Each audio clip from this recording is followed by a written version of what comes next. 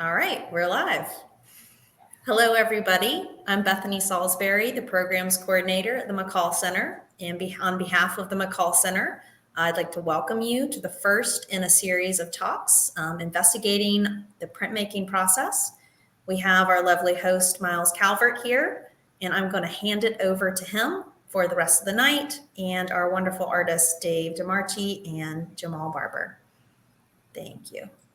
Bethany McColl, thank you very, very much. If you're not aware, we're talking about an exhibition currently on display at the McColl Center called Dwell, Pause for Thought, investigating the process of printmaking. This is one of four virtual talks that we have scheduled with two of the artists at a time. So there are 8 in total in the exhibition, which are all phenomenal examples of certain processes within printmaking. So the game plan for our hour-long discussion today is to essentially a brief little intro to each of the artists, give them a bit of time to elaborate about their concepts and ideas and processes and anything else they want to talk about. That's their time. And then we'll kind of dive into a little bit of the nuances of printmaking, because if you haven't figured out already, printmaking is really great for technical questions and for little isms. And we get really geeky when we talk about print, or at least I do. And I'm curious to see if these two visiting artists do as well. I'm just going to flip us forward to some visuals here. So as Bethany mentioned, we've got Jamaal Barber. There's his contact information right there. And Dave DiMarchi, same. I'm going to start with you, if you don't mind, Jamaal. I know you're Atlanta-based at the moment. But born and raised in North Carolina, and if I'm not mistaken, a little bit of Virginia was in there as well, but please correct me if I'm wrong. You're heavily involved with the Atlanta printmakers, and you're the founder of the Studio Noise podcast. Mm-hmm. You've recently been featured on MTV's The Exhibit, which is really exciting. I got to watch some clips for that. Thank you for joining us, and thank you for taking part in this exhibition. Lovely to meet you. Thank you. Again. Meet you again. Yeah, Myles has been on the Studio Noise podcast. Make sure you check it out. It's a great episode. Thank you. It's a geeky episode, right? That's how we like it. That's how the printmakers love to do it. Absolutely. So what are you working on in the studio? What's your general print practice all about? Oh, so in general, a lot of my work deals with social commentary, because I think to tell a story about how I work in printmaking, you got to get to how I got to printmaking, right? And so I spent a lot of time wanting to be like my favorite artist, doing watercolors and acrylic paintings and these really detailed things. And I realized that's not me. Like after a long, hard trial, a lot of years spent doubting myself and looking down on what I was doing and feeling bad and depressed. All the fun stuff that comes along with being an artist, trying to express yourself, right? But I saw a screen printing demo in an art store when I went to get supplies once, and something about it just clicked with me. Just seeing the process, seeing how they did it, how they broke it down into all the different steps to produce the image. I immediately just thought of so many things that I wanted to do, and it became the vessel in which I did it. So that day, I bought all the screen printing equipment that you needed. I bought all these books, YouTube University, and I was all over it and taught myself screen printing. And that's how I really got into it. So eventually that led to me thinking all the way back to when I took this one printmaking class way back in college. And I remember I did this one woodcut one time. That was pretty fun. So I started doing that.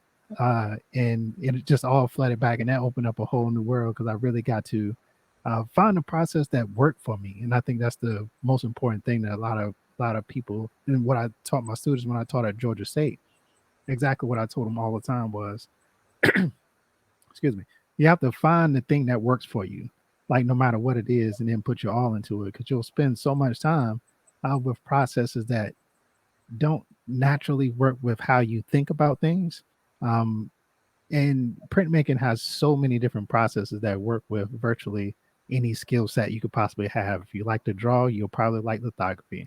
Like if you can think reductively, then you'll pick up wood cutting or lino cuts really easy. Or if you like computer savvy or like used to just creating images with layers on Photoshop or something like that, screen printing is a natural way for you to get into it. So to me, that opened up a whole new world and allowed me to express myself, especially because, excuse me again, but I didn't know that many Black printmakers. And for the longest time, I was following Black artists because they showed imagery and did subject matter that related to what I feel like is my life, my story, my people, the things that I saw every day. And I didn't know that many Black printmakers. So that alone gave me such an opportunity to fill the space with me instead of filling it with copying somebody else. And so printmaking has always had a very special place for me because I feel like that's where I found myself and my voice as an artist. And I don't take it for granted. Like I love every second of it. And it's always a discovery, always in the studio making a bunch of different things. And so now when you ask me what I'm working on and what my practice looks like, I spent a lot of years just trying to be technical mastery of relief printing, and I started mixing it with screen printing. So you see the Muhammad Ali image right here in the middle. That is the screen printing background and relief on top. And then off to the left side, did you see the strength of unity? It's all screen printing. The two faces are woodcuts and it's collaged onto a wood panel. So I really started to get very expressive with how I'm using the process because the best one of the great things is that the print process in themselves is just a process. It's just a tool. It's just a way for you to create multiples of an image. And the more you're only limited by your imagination in terms of what you do with it. And so I'm basically, yes, I'm making a fine art image, but because I'm allowed to continue to make them, I can basically explore any variation of the image that I feel like doing. And then Jamal, that gives you a lot of freedom. I'm sorry. Can you think back to that original screen printed image that first inspired you? Was it image or was it text? Because I always see you combining the two in quite a bit of your work. I think it was the first image I did was a Martin Luther King image. Okay. But the second image, the second screen print image I did was called Big Mama, and that was based on my grandma. So it was a and my grandma recently passed, so that's a very important piece to show that when I do think about what I want to express, it starts with my family. It starts with the people that I know. It starts with the stories and the history of um, my family. You know what I mean? And so that image, it didn't include text, but I started working in text because I've always been fascinated with the written word. Like I'm fascinated with poetry and how people can distill like thoughts down to just a few sentences. And it's the way that you say it that can make such a big difference. And I'm a terrible writer, right? So I'm always fascinated with the things that I can't do. Like I still try to do watercolors every now and then. It still does work, but I'm still fascinated with it, right? And so this continuous struggle with trying to find the right words, and I don't know, it lets me express it a little bit different because I always feel like I can express myself through the image, right? Through the piece that I'm carving, through wood or whatever it is, the layering, all of that, I'm perfectly comfortable with. But the minute that I have to write something down, I freeze up and I just get overwhelmed with what's going on. And so using those little bits of things that I pick up, I like to put it into it. So the strength through unity piece is one of those that I did a whole series with the collage, the words, and the imagery mixed together to tell all these different stories and different moments. Um, I like to use it in that way. I can't explain why. You know, it's just one of those things that, and again, it's just what you naturally drawn to. There's a very valid reason why I've connected you and Dave with your work for this talk. Like I tried my best to do pairs of people who I'm like, okay, there's connections and threads here. This is going to make for some really interesting conversation. Dave, I'm going to jump to you. I'll put you back for a quick second. Okay, you're going to have to correct me because I know I'm going to be a little bit wrong. But I know you're Pennsylvania-based right now and originally from New Jersey. Correct. You founded the Nine in Hand Press, which, as far as I know, it's an annual print exchange, which is growing and growing and growing, and it has so many participants in it every year. it's kind of daunting and looks a little stressful. It is both of those things, yes. And I've participated at least once, and I've thrown students at it as well, because it's such an excellent opportunity for building a print collection and for getting people into collecting early. And that's such a nice, affordable way of doing it. And I'm trying to figure out which, I know you've had multiple jobs and multiple opportunities, and I'm just going to let you tell me which one you're currently at, because I can't tell based off of online. So I'm just going to let you go for it. Myles, there are days that I can't tell which job I'm at. So the bulk of what I do when I introduce myself, either at a workshop or in a class or whatnot, or to folks, is that I am a teaching artist. I'm an artist who teaches. It is the bulk of my practice, and the art making practice that I do, mostly through printmaking, really just informs or converses regularly with my teaching practice. They are two sides of the same coin. So currently I am teaching printmaking, drawing, and foundations at two New Jersey-based community colleges. I'm also the printmaking studio manager at the Arts Council of Princeton, and an instructor for them as well. I have my own personal art making practice in my own space and do some contract work there. I think maybe I've covered it all for now. There is more to come, though, I'm sure. Yeah.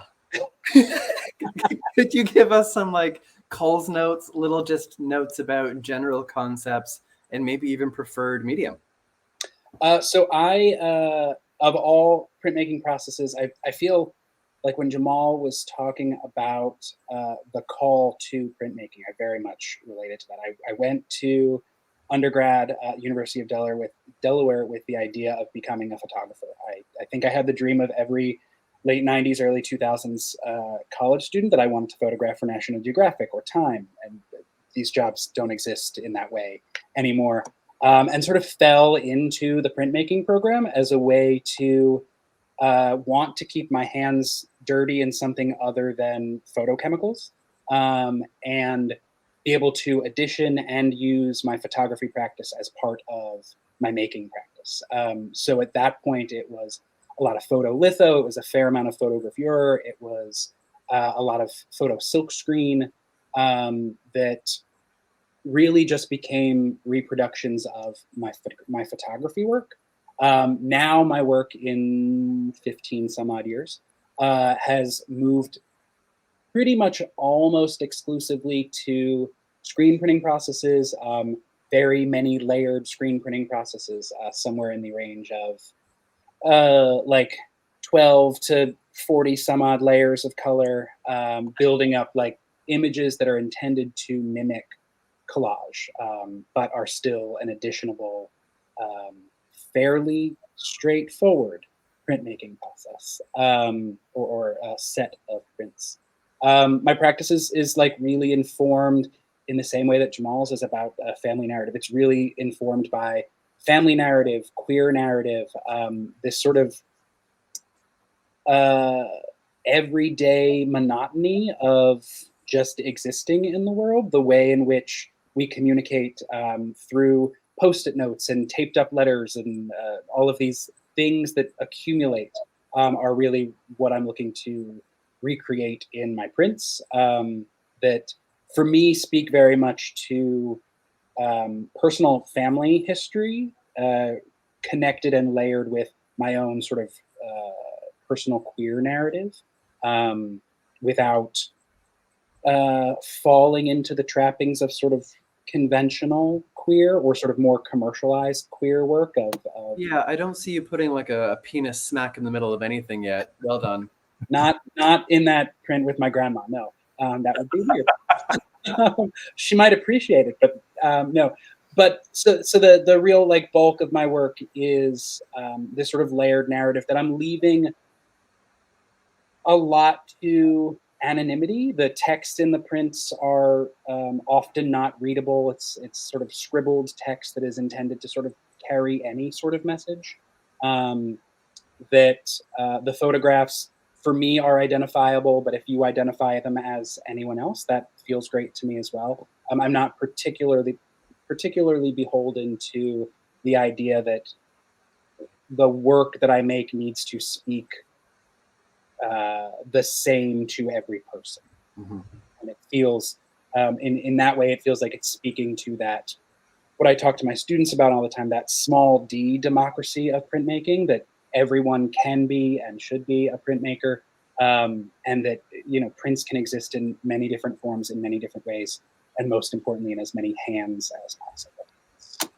I'm happy you brought up that idea of how you talk about print to students. And another reason why I have you two kind of paired together is because you are both heavily involved with your local communities. And so Jamaal with Atlanta Printmakers and all the work that you do there, and then Dave with your 6,000 workshops on the side. Are you two able, and maybe starting with you, Jamaal, if you don't mind, the kind of the ethos behind Atlanta Printmakers and your involvement there? Yeah, I was, when I taught myself screen printing and woodcuts, I started doing it. I did a residency actually up Dave's way at Experimental Printmaking Institute at Lafayette College with Nice. Curly Holton. And something about being in the actual studio space really changed it for me, and especially like how he works. Where at Experimental Printmaking Institute, if you don't know about it, he brings in all these artists that typically don't do prints, like sculptors or painters or like all kinds of different ceramic artists, people like that. And he works with them as a master printer or just in showing them the techniques to teach them printmaking. So it's all these really amazing, fun, really creative prints that come out. And I like that energy. And I kind of fell in love with the idea that, we could just come hang out here and we're going to make stuff, right? Because we're here to work and we're artists. That's just what we do. And if we just sit around long enough, we're going to end up collaborating and end up making stuff. And I love that energy. So when I found Atlanta Printmaker Studio, I was just looking for a press, but what I really found was a really deep community of people that like are in love with this very niche medium where, we obsess about the paper, we obsess about different ways to print. Like they showed me how to do letterpress, and randomly like, and you sharing, giving people tips, and we're hanging out, we're doing relief carvers meetups, we're doing shows together, like it's all kinds of stuff. So I fell in love with that energy, and I think I just added that to my creative practice. So it's very easy for me to do it because I don't know, I like printmakers. They're generally fun people, right? They love to come and talk, and we're obsessed with these machines, and we're making these things, and I always find kinship there. And so that's really my main motivation, is the fact that I just love the energy. I don't separate the experience of printmaking from the print studio, if that makes sense. And so it's very easy to feed into it and support it, especially when you have an organization like Atlanta Printmaker Studio that is providing a really amazing space, especially the new building that they have built in collaboration with the city of Hateville in Georgia. It's a really amazing studio. It's really something. And to have that kind of space where people can come work out and follow your passion, because a lot of it is just us wanting to do screen prints. Like it's the most random thing you could possibly think of to do in life, right? To just, I feel like carving wood and printing today, like wow, like and so having a space that do that, I personally love to just give other people the opportunity to find it the way that I found it. And I know the joy that it can give you to just be obsessed with this little thing that I do on the side, that I just want to make t-shirts and make prints and do all this different stuff. It should be there, and everybody should have the opportunity to do it. I don't know if it's been your experience, but every time I talk about a conference and how great it was and how generous the print community has been in terms of opening their studios, making suggestions, reaching out, I talk to sculptors and painters, and they don't have the same community because they don't necessarily need the same set space for facilities. Yeah. And I'm going to throw that at you, Dave, because this is your interview and not mine. When I left college, when I graduated college, I fell into working as a volunteer and then studio manager for a really small, but about 35-year-old print nonprofit in New Jersey. At that point, the only printmaking nonprofit open studio in the state. And that was where, because the University of Delaware's printmaking program was so small and a little bit isolated, that was where I had first found this community of printmakers who wanted, needed, or loved having access to a press and to that community of people making things, whether it was edition prints or invitations or whatever, t-shirts, whatever it happened to be. And that has really fed the last 15 years of my art making practice, my teaching practice. I am, and I state this to my students all the time, I am a largely technical or technically focused educator. I want my students, whether they are my college students, the kids that I teach in summer camps that are 7 years old, or my adult students, I want everyone to be like a technically proficient printmaker, because that for me is the foundation of print. Like, show me that you can carve a block and print it beautifully, and then we can break open what all that means and create artwork from that, or begin to expand what it means to think about what a print is. And that, when I walk into the studios that I'm teaching in or talking with my students, that's the crux of every interaction I have with them, is what can we do today to make you a better printmaker? And when you feel like you are there, you have hit something with a fair amount of proficiency, how can we now translate what you know and what you've found your love in into art making? What do you want to say through prints? What do you want to express through printmaking? And what processes, what media feel the most engaging to you? That, I think, for me is part of my love of print, is that it's not just sitting at a ceramic wheel and throwing a pot, or hand building something, or carving stone. You can be, like Jamaal was saying earlier, you can be someone really digitally minded and fall in love with digital processes that translates to silkscreen. You could be someone who loves to draw and fall into an etching or a lithography process. There's a myriad of ways to enter into the realm of printmaking, and I think it's my job as an artist and an instructor to help guide people into those spaces. I said it earlier, like, it is my aim that not just at the end of the semester, my 15 students or so come out enjoying printmaking or having enjoyed the 15 weeks we had together, but wanting to continue their practice of printmaking, or at least make printmaking not something that I've done once and now I don't ever need to do again. So you're a contemporary printmaker who does screen prints, and you still call them silkscreen? I didn't say photography, so yeah. Truthfully, I hedge back and forth on what it's called, because they're in the programs that I teach at, the two programs, they are called both screen printing and silkscreen, and that's just academia. But that's not a good excuse. It's truthfully not a good excuse. But I mean, in the way that I still call gouges for relief cutting nibs, or gouges or cutters, like, everything means all the same thing. And in whatever way you want to engage with it, fine. But yeah, I will give you that silkscreen might be a little bit beyond my age. It is a personal kind of vendetta, I guess. But I go into all the fancy contemporary galleries and like, and then I flag over one of the docents and I'm like, can we maybe get this looked at by the curator? And how old is your curator, by the way? That might be worth kind of digging into for both of your practices. Relief wood blocks and the manual labor and time it takes to like gouge with U gouges and V gouges and chisels and space and noise, versus the meticulous registration of screen print and layers and technique and mesh count. They're both completely parts of the brain, I think, in terms of maybe not registration, but in terms of developing an image. I feel like, and I want to be fought on this, I feel like one is more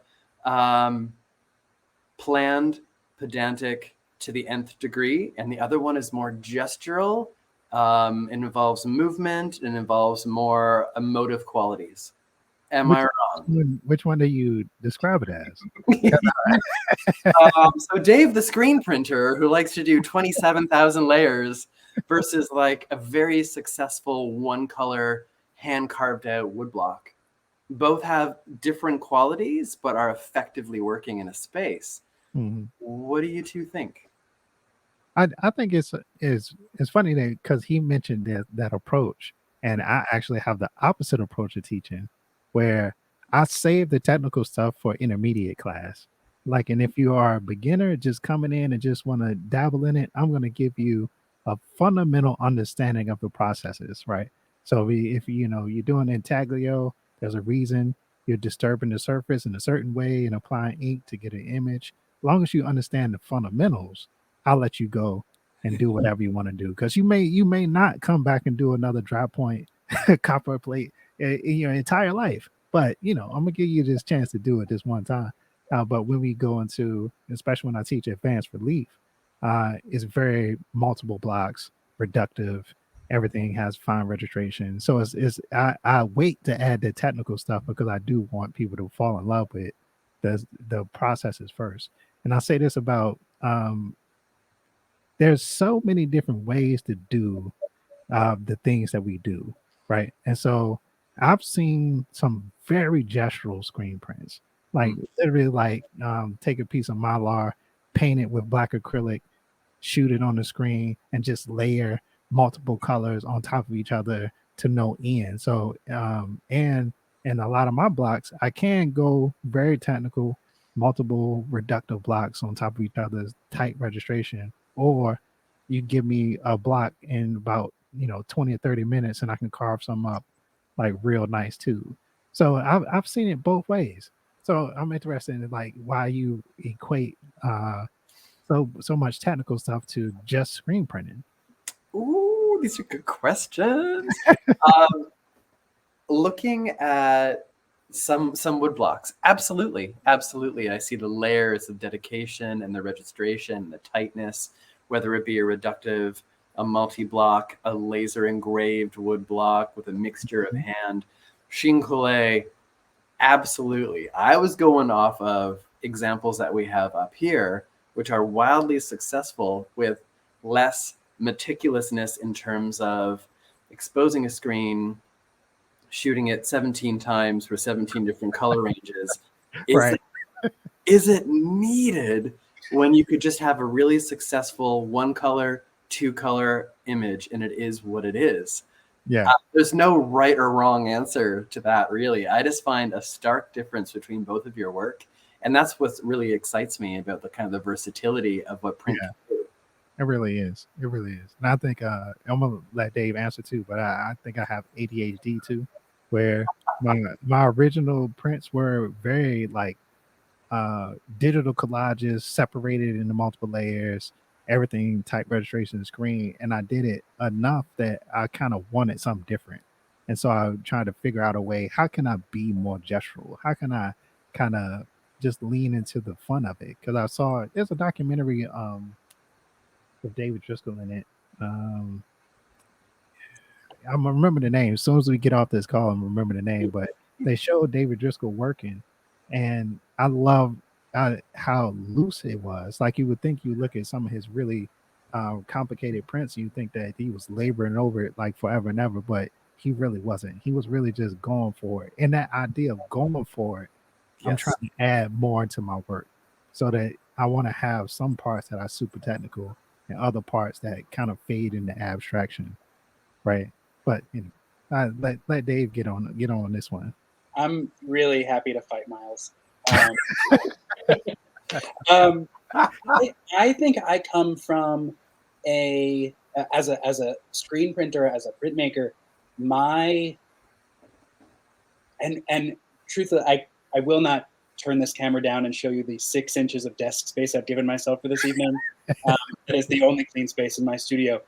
my work in silkscreen is so meticulous and so a little bit anal retentive that it is the only place sort of in my life that I can focus on just that one thing, just that one piece of tan tape that needs to be put in such a specific place for it to make sense. Because at no other point in my life, in my teaching, in my personal life, do I have that calm of figuring out the exact placement of things.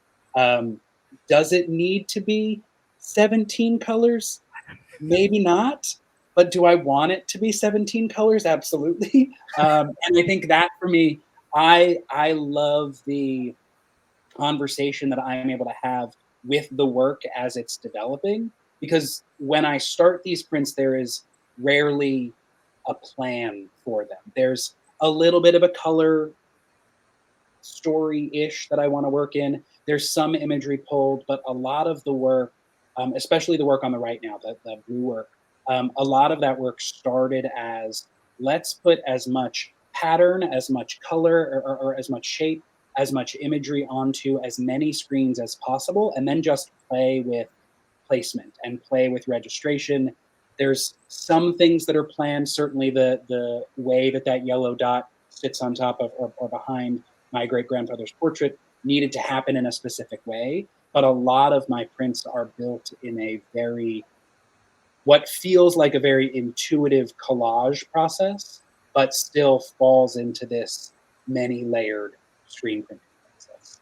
And for me, that little bit of control that I can have over how each thing needs to sit with something else or sit near something else or sit under or on top of something else is the control that I really like to have in print. I do think I agree with you, Myles. I think there are expressive ways of working in silkscreen. And when I teach and do silkscreen mono printing, that's where I can let that play. That is sort of the only, and when I do a little bit of mono printing on plates, that is where I'm allowed to, where I let myself play. But I really, really love the rigidity and crispness of silkscreen and that it can give me this level of definition and control of the process. Yeah. And for everybody listening right now, I heavily encourage you to look at Dave's Instagram, where he shows his most meticulously organized studio I've ever seen. All the brayers by size on a beautiful, just stop. It's looking a little bit of a mess right now, only because I'm smack in the middle of semester teaching. But it occasionally is photo ready. Fine for the gram, right? Yeah, it's photo ready for the gram. I do want to say that you have a prime example of a DIY setup, because screen print is what I think is one of the first accessible, as soon as you graduate, set it up in your spare bedroom, basement, garage kind of setup. And all of these meticulous prints that you are whipping out are made with a setup like that. So that's really impressive, because I don't know what I would do without my vacuum table. And I think that's why I fell so hard into screen printing post college, was that I did not have access to, or regular access to, a press. And it was the thing that I could, gather my restaurant worker pennies and build pretty simply and pretty easily until I was able to really build out the studio. I didn't have an exposure unit until 3-4 years ago. So if I needed to make a photo ready screen, I was going somewhere else or working reductively or working in a monoprint process. But it for me was what is accessible, what is not going to be a massive investment, and still give me the quality of work or the caliber of work that I was looking to produce. I'm not one to love carving a block and printing it by hand. I love carving a block and printing it on a press. But I knew that for the scale that I wanted to work, I wasn't eager to carve into a 18 by 24 or larger piece of birch and print that by hand, because I didn't have access to a press that size. Well, what Jamaal was touching on about getting that gestural mark through screen print by working on acetate with India ink or a thick acrylic to block the light, etc., etc. there's a reason why I give a painterly screen print assignment to all of my screen print students. And it's usually an early on assignment to get them to loosen up, because they come into the screen print class and they're like, oh, I've got to work digital. And I'm like, no, you don't. Like, you're actually a painter, but we're going to make you into a printer painter at the same time through this assignment. So can you make a painting edition? And then they quickly realize, oh, yes, I can. So that's, and you, I'm assuming that both of you are the same, where you may dabble with one process and then get a little frustrated by it and then dive to another print process. Is that what some of you do at all?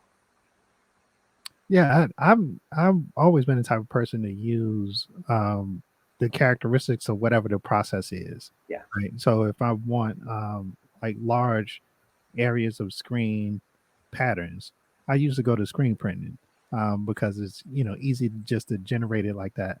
And when I want something more graphic and still gestural, then that's when I go into woodcuts and something like that, because it all is about how you start the process. So like now, my woodcuts are getting more loose because I'm starting up all of my drawings with just brushing India ink on the board without so much pre-planning for the faces and stuff like that. So everything gets a little bit more looser as you go, and I'm responding to the print in process all the time, because I realized, like, I used to do these really complicated drawings for screen prints and plan out 8 different colors and stuff like that, and I get to that third color and I'm like, yeah, I want to do something different.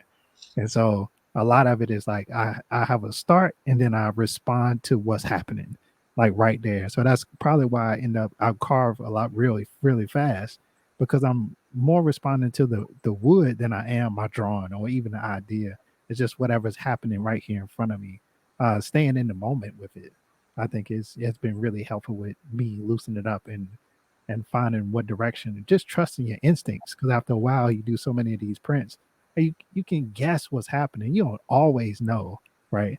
Sometimes stuff come off that press and you have no idea what I just did. But but I always tell my students, my guesses are probably more accurate than yours, but I'm still guessing, like, at the end of the day. And so you just got to go with it sometimes. That is so accurate, and I'm taking notes. I need to loosen up in the studio a little more. I honestly do. I'm a planner for the most part. Oh, no. Wow. Well, I know it's bad, but the thing is, I think this is where, and I think there was a question back I wanted to ask about. You mentioned changing up your style and working differently. Was that from a conversation with another artist? Was it for a residency where you were maybe pushed out of your comfort zone? Like, I've been at one before where I was expecting something, and obviously it's completely different when you get there. Right. And it was a step back in terms of facilities access, but it was the most rewarding residency because of that change of working. Are you similar or have a similar experience like that? Not so much because of the process, but a lot because of the research. Because once you really start going into Mexican printmakers or South African printmakers, and the way that their work is controlled by the access they have to certain things, and so their prints develop in fascinating directions. And so it's hard for me to, as a creative, see somebody being creative and not wanting to do it, like not wanting to respond to it, because it's like, wow, you did that with the same tools I have. You came up with this completely different thing, and I'm like, how did you do it? How do you think of it? Like, I'm really fascinated by that, because I never want to think myself into a box, right? I say that to my students a lot, where you are so locked into the things that you like and the things that you love, and I do this thing when I draw, that you don't push yourself to get beyond that. Like, yes, I do that now, but what if I do this? Like, what if I just, instead of using Sharpies and drawing with technical pens to get my drawings, why not use a pen and a brush and see what happens in response, right? And so that kind of discovery is what I need, because I do get a little bit bored with doing the same thing over and over, so I need the exploration. in order to do it. So is that the difference between an artist and a master printer? That's a great question. I think it's different, right? Because the way that Curly Holton does his master printing, I think has that same experimentation to it.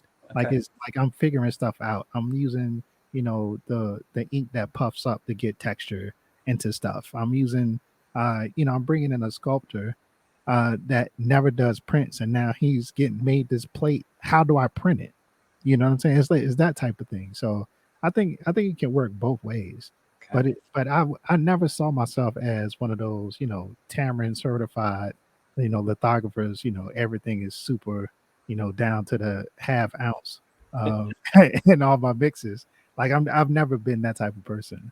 So My experience has been that they've loosened up a little bit and they've become more contemporary and more exciting ever since. But Dave, what are you thinking? But it's still litho, and it still requires so many very specific things. So I think I have a cyclical relationship with a lot of different print techniques because of the way I teach and the nature of teaching in academia. There is always in my introductory courses, there is always a relief unit, an intaglio unit, a screen print unit. And for processes that I don't work in as often, relief and intaglio, there is always a once every 6 months realization that, right, oh, right, I really do enjoy this process. Is it something that I'm going to like take into the following week? Maybe not. But there always is that recognition for me of I could be working in different ways. And part of when I mentioned earlier that like my teaching processes and my art making processes are the same or opposite sides of the same coin, part of what I enjoy as being an instructor is the research and the work that I'm doing to better myself as an instructor and bring that to my students. So if it's asking them in a dry point project to explore mark making tools outside a twisted etching scribe, or what does it look like to take a butane lighter to a piece of plexiglass and what kind of texture does that make? Can we go throw our plexiglass around the parking lot and see what kind of marks that makes? What can we do to explore a sort of less traditional language of printmaking through these very traditional printmaking processes? Even in our relief processes, we're working with a very traditional student grade speedball gouge, but exploring mark making through what does a flathead or Phillips head screwdriver look like pressed into lino. These kinds of different ways of approaching mark making and approaching imagery that feel both really informative for the kind of imagery that they want to make, but also really exploratory, and I think opens up a lot of avenues for students, for printmakers to explore print. What is your response though when you tell them to do all this crazy stuff? And I do the same. So I'm curious to know how your students respond to that. It's really kind of a mixed bag because I do have some students who really embrace, like, yeah, let me do whatever I can for this. And if it doesn't wind up making more with my adult students, with my adult workshop students, if it doesn't wind up making something that they love, it is still an avenue that they explored that they can sort of back out of and move into a different road. The more often than not, it opens up a conversation about different processes, different techniques, different mark making tools that can enhance what they're trying to do. That monoprint doesn't always have to be brush and bubble wrap and orange magnetting and cotton swabs, that it can be a lot more than that. And relief doesn't always have to be the 6 or 7 gouges that you're going to get in the kit. And it doesn't always have to be in lino or wood. It can be in a number of things. And I speak a lot to mostly my adult students because they have the freedom to explore more than I think my college level students do. That the aim for anytime they have a question about well, what will this do? And what is the end point of X? Is my answer very often is, as long as you're not going to break yourself or the press, try it. Because the most you're going to learn is that it didn't work for you. The least you're going to learn is that it might have some benefit for you down the line. And it is how a lot of my adult students, hopefully, have explored and found ways of mark making and of printmaking that have benefited either their print processes or their art making processes inside or outside of print. They're building their personal visual language. Yeah, it is, and it is that sort of toolbox of both physical tools and sort of the emotional labor that goes into doing all of these other things that really helps feed me as an instructor, and I hope feeds my students. Oof. Yeah. I'm just like, just a buzzing. I'm watching time, and I'm curious if you two have a question for each other that has percolated. And if not, you can think about it, and I can ask another one, or you could jump right in, whatever you prefer.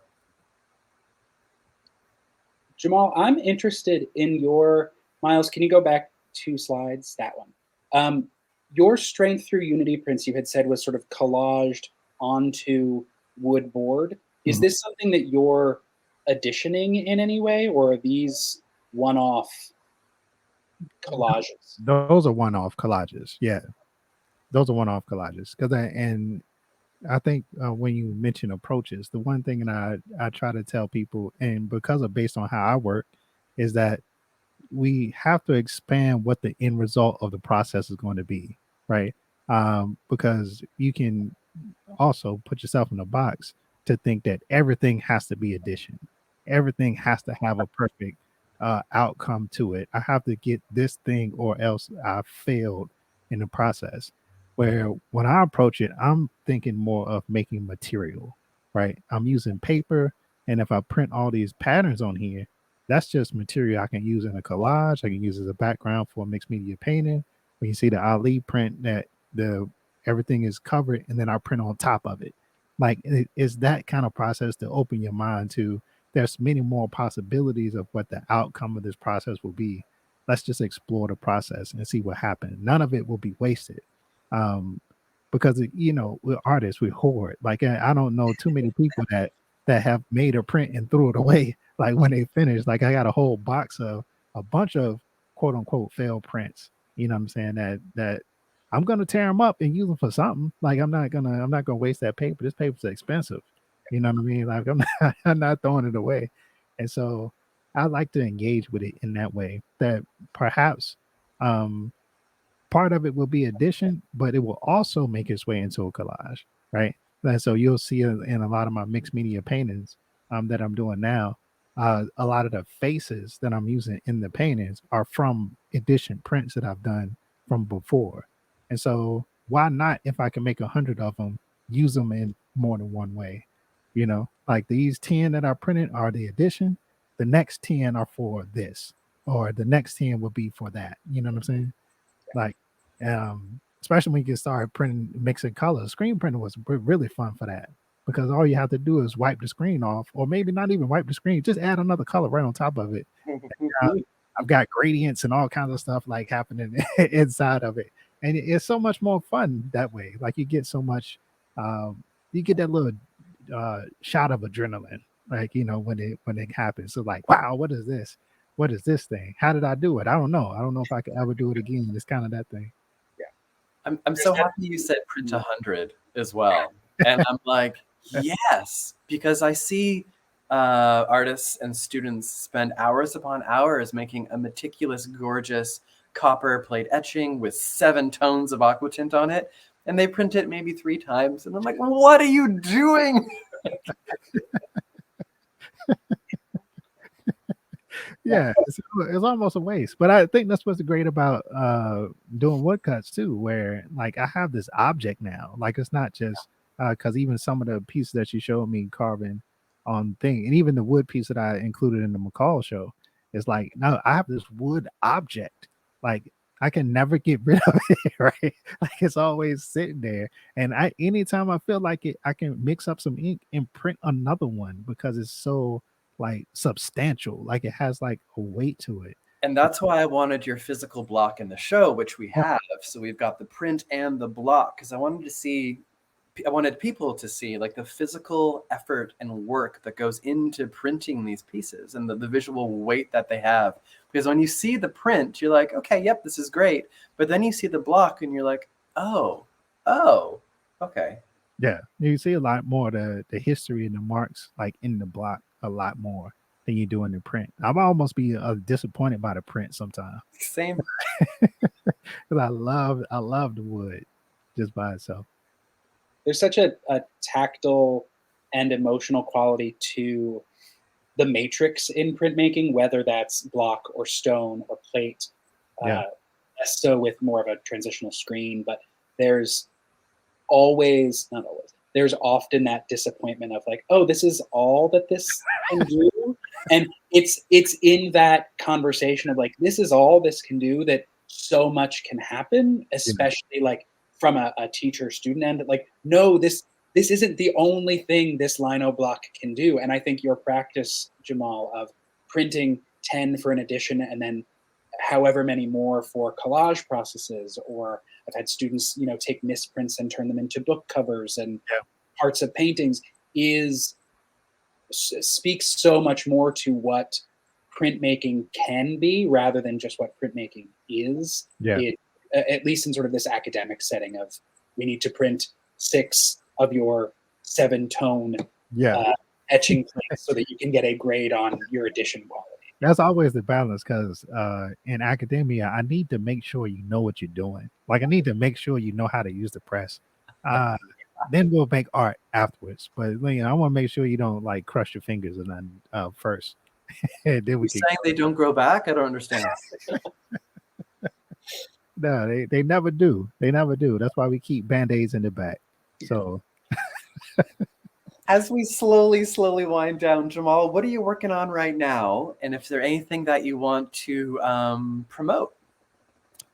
yeah. So right now, I just finished a book illustration for a book that's coming out in January. I don't think I'm allowed to say the name of the project yet, but I just finished that. I'm really excited about it. I think it turned out really great. So it's a mix of collage and woodcuts to make these illustrations. I think it turned out really great. It opened up a lot of new ideas for how I can work in a narrative fashion to it, because a lot of my work is conceptual but not necessarily as narrative as what I just finished. But that was a really exciting process. And now I do a lot of stuff, right? So I teach.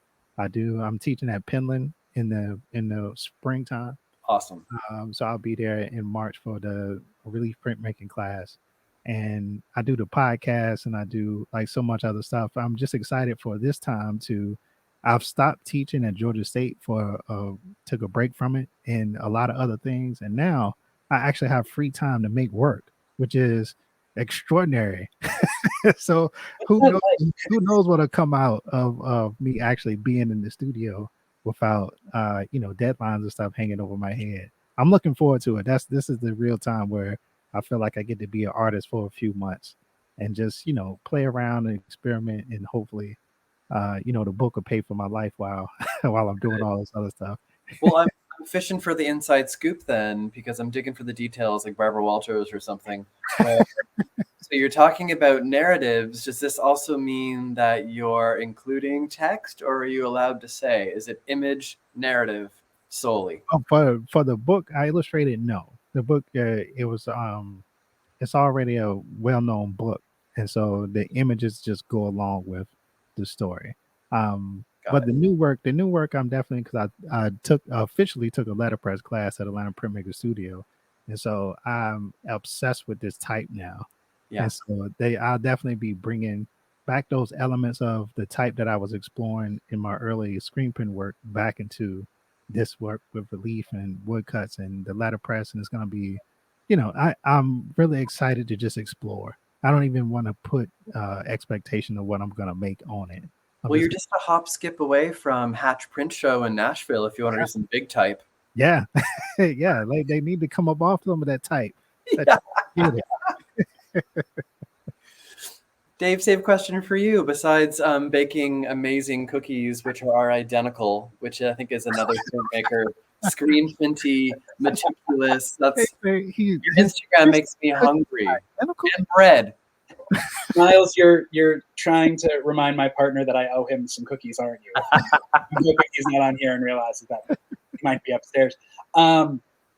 What's up for me? I am putting the finishing touches on the open call for this year's print exchange, which will follow a similar structure for as the last 8. This is year 9, I believe. In hopes to engage more than we have in previous years. Now that I have a little bit more space to organize these things, I am.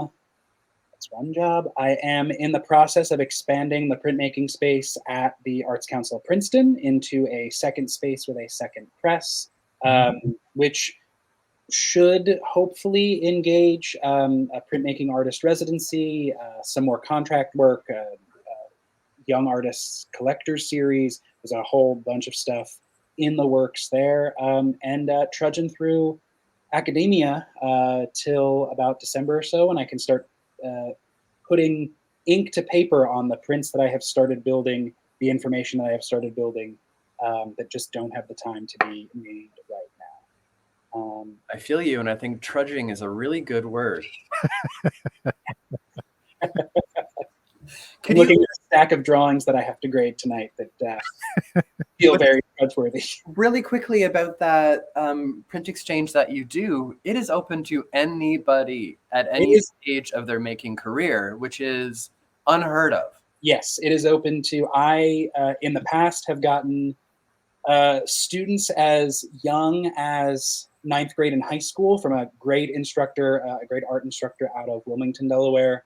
And I have gotten more emerging college level artists, post college level artists, up to artists with what we would consider names in the printmaking world. And it is, for me, it is the way in which I started my printmaking collection, by engaging in other print exchanges. And it is a way that I feel like is the perfect place for people to begin understanding how to collect prints, what they like in printmaking, and just starting a small something for, $25-$30 to get 12 to 15 prints back is like a really, from all over the world, really feels like an exciting prospect to me. So that while I might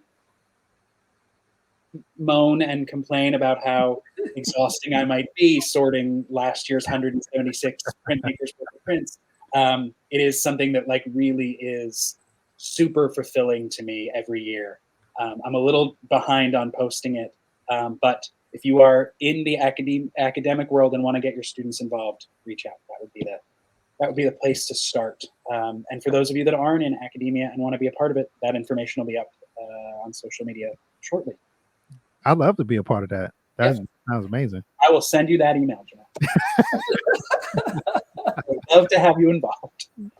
This one we have another 1 minute and 40 seconds. I want to promote the next 3 talks which are coming up. So our next session on October 23rd, Ariadna Abadal will be coming in from Spain. Jenny Robinson will be coming in from Australia. November 6th, Art Werger and Devin Stakanis, somewhere in America. I keep forgetting. I want to say Wisconsin and somewhere else. For November 13th, Erica Walker and Emma Nishimura, the Canadian duo. I had to bring in some of my Canadian team. And don't forget that October 21st and 22nd at the McColl Center, Uptown, Charlotte, we've got the Queen City Zine Fest, and we've got Big Ink Weekend, where there's going to be live printing. The Big Tuna Press is going to be there, printing gigantic relief woodblocks. Swing on by if you can. Dave, Jamal, it's been a pleasure, as assumed, as expected. Thank you so much for taking your time to speak with us for this hour. Thank you. Thank you. No, it's been great. I love it. And thank you for bringing in Dwell, Pause for Thought. Have a fantastic evening, and I hope to see you both soon. You as well. Thank you.